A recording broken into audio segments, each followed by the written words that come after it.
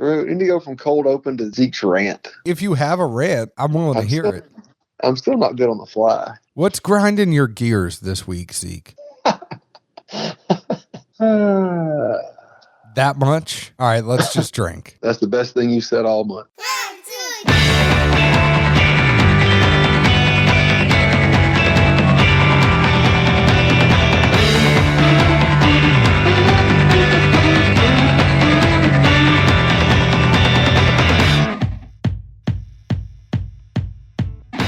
Hello, everyone. My name is John Edwards, and with me, as always, is Zeke Baker, and together we make the Dad's Drinking Bourbon. Wherever you are, whatever time it is, thank you for making us a part of your day. Zeke's in the mood to get down to business. How are you, Zeke? Fair to middling. We are having some technical difficulty today. We were trying to get together in person. It wasn't really working out. And then we tried to get together on video chat, and that wasn't really working out. So we have resorted to the phone. It must be a cold day somewhere, Edwards, because I'll tell you what, I never thought I would admit to missing your face. And it really threw off your cold open, too. It's throwing everything off. I mean, I feel like I'm, what do they call those, those tables where you flip upside down? I think it's inversion tables or something else. Oh, yeah. The one that helps your back? Yeah. Inversion table. I basically feel like I'm in one of those right now. So we're a little backed up, to be honest. We have some samples that were sent to us. These aren't going to be as long as some of the other shows. We're going to throw some of these in. We're going to go a little bit off the cuff in these. We really just want to do right by the people who sent something to us. And then, frankly, our schedules have been all screwy since September. Without further ado, today's show is sponsored by Cask Cartel, changing the industry standard as to how you get your alcohol. Head on over to caskcartel.com. The prices for the allocated stuff is going to be more expensive than you would find in a store. Going to be honest with you. But what you're getting there is a convenience play. You're not waiting in line. You're not camping out overnight. You're not fighting with a raffle. You're not fighting with other people there. There's no cutsies in line. If you have the means and you want it shipped right to your door, go to caskcartel.com, get it sent to you. Some of their regular daily drinkers are going to be more on par with what you would pay in the store. So sit at home, get your bourbon shipped to you with caskcartel.com. Also, today's show is sponsored by PremiumBarProducts.com. That is where you can go get the official Dad's Drinking Bourbon Glencairn. And guess what? The holidays are coming up. What better gift to give to somebody than a custom laser-etched glass? And you can do that at PremiumBarProducts.com. You can get all sorts of different glasses from the Glen, the Wee Glen, the Tua, the Neat, the Tipsy Dram. They got a lot of them. Check them out. PremiumBarProducts.com. And if you are a group or a store or a distillery and you have more of a wholesale order, reach out to me. I will be happy to get you in touch with them. See, we're drinking Legent today from Jim Beam. So Legent was this awesome collaboration between Fred No, the master distiller of Jim Beam, and Shinji Fukuyo, the Suntory chief blender. I'm sure I mispronounced his name. But Fred distilled the bourbon in Kentucky, and then Shinji came to visit. They tasted the barrels as they were going all throughout the process. And then basically it was 3 different bourbons from Jim Beam. One was finished in sherry, one was finished in red wine, and one was finished in bourbon barrels. Fred distilled it, and Shinji said, this is how you should blend it together. It is 94 proof, 47% ABV. The list price is $35.99. So sherry and what else? Sorry, red wine. And then you said ex-bourbon or just a bourbon barrel? Because that kind of confused me. Just a regular bourbon barrel, because 2 were finished in secondary casks and 1 was not. Okay, but no Mizu either. No Mizu. Okay.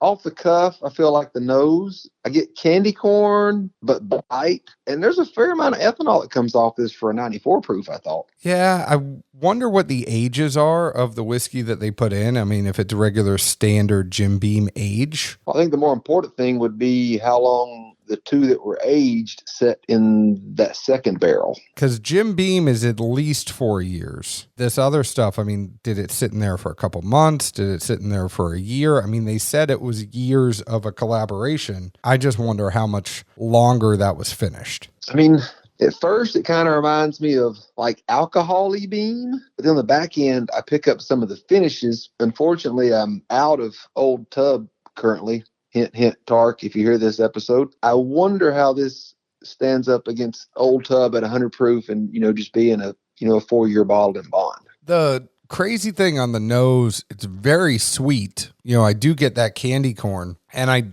definitely can sense the wine in there too. So I get that red wine sweetness, but I also get that candy corn sweetness. And I mean, yes, it's a blend. Yes, it's coming together, but they're both there for sure. But would you guess this was a sub 100 proof from the nose? The nose would make me think it's about a 110. I mean, it's not hot, but I mean, there's ethanol coming off here. You can feel on the, the nose hairs tingle. But I think once you taste it, that goes away. Oh, yeah. The taste, I mean, kind of bouncing around. This is an off the cuff show. I would say the taste for this, I'm surprised at how much corn I get. And the taste itself does not really have a lot of the blended elements thrown in until you get back to the finish, where, I mean, we talk about that all the time with wine finishes. They really hit in the finish. I get a whole bunch of corn. The unique thing that I get, and by unique, I'll almost qualify that as being unique to a lot of wine finished products, is it almost feels encapsulated.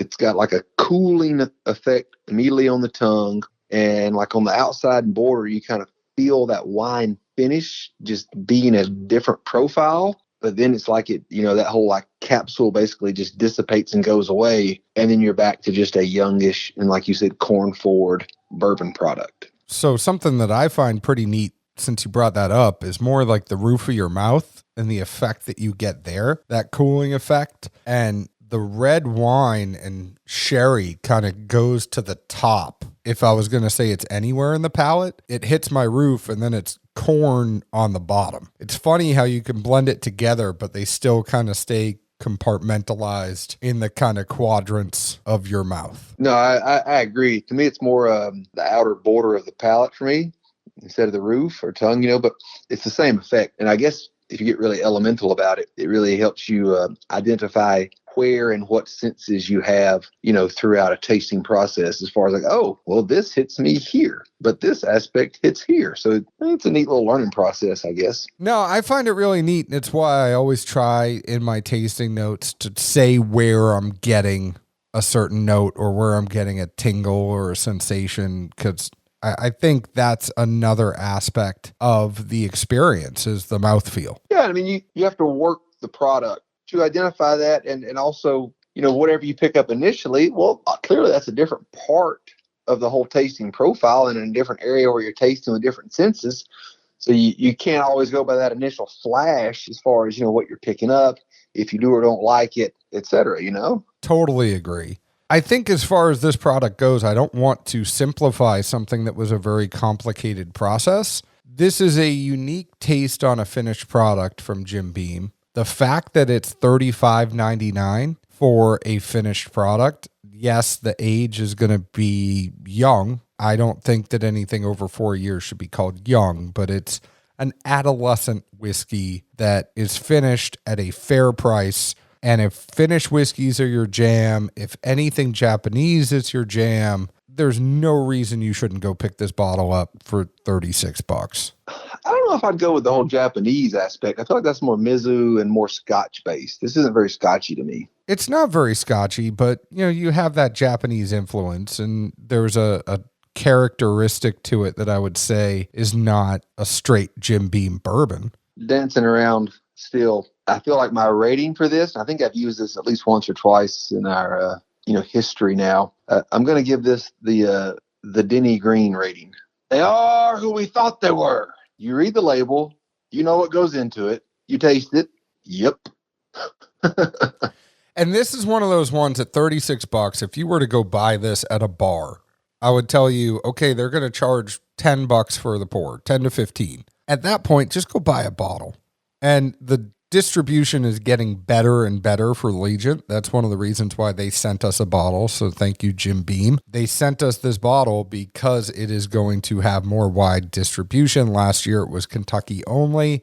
It was hard to get it. It was sold out everywhere. You're going to see this on the shelf more and more. And, I can't even tell you to go buy it at a bar, because at that point, just go buy a bottle. So I got two rabbit holes for you, Edwards. Sure. First one, do you think this was a push from Fred or Suntory? I think it's got to be Suntory. I mean, I wouldn't bet the whole farm on it, but I'd bet 99% of my cows. I'm with you on that.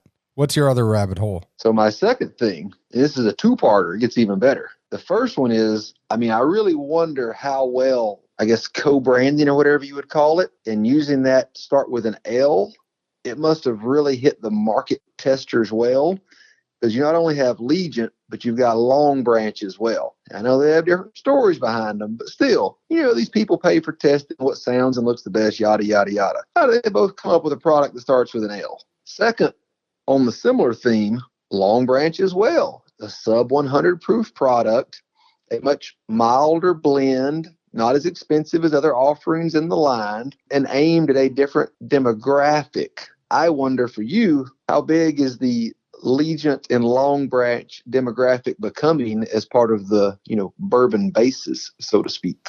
Well, I think Long Branch is not necessarily a blend. It's just that hickory Texas mesquite. The rest of it, maybe L just has a good connotation. You have love. You have lots of words that begin with L that sound good. It rolls easy off the tongue. It's a lot easier to say than an S or a T. I don't know. I mean, I think you're thinking way too long and hard about this. I don't think I am. I think there's a lot of money invested in both these products by people with a whole lot more money than that. And they put their money where their mouth is, more than so to speak, considering this is a drinkable product. I think there's more than meets the eye here, bud. Maybe.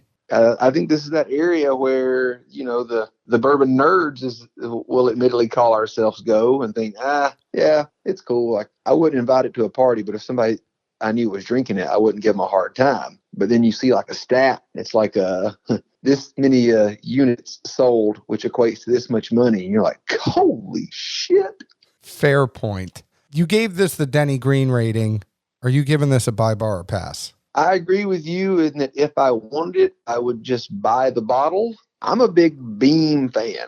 I like Beam for Beam. I've had my fair share of the old tub bottled and bond. Right now it's available. Right now it's cheaper. And right now, if I'm buying Beam, that's where I'm betting the farm. I'm with you. I love some old tub. We got to review that on a show. I don't even think we have to review it anymore. We rarely talk about, products outside of reviewing and offline, and rarely agree on that note as well. But I think everybody at this point knows we consider that a 2 thumbs up. Bye. 100% agree with you. Tarek, if you're listening, I need a bottle too. This has been Bizarro Dad's Drinking Bourbon because A, Zeke and I are recording in a weird way, and B, we agreed with each other today. Go ahead and listen to plenty of shows where we don't agree with each other by going to wherever you download your podcast. Chances are you already have because you're listening to us now. Find us on Facebook at Dad's Drinking Bourbon, Twitter at Bourbon Dads, Instagram at Dad's Drinking Bourbon. Thank you again to Jim Beam for sending us this sample of Legent. Zeke, where else can the folks find us? Somewhere lost in cyberspace with these voices we got going today, but otherwise, normally in Nashville, Tennessee. Cheers. Ciao.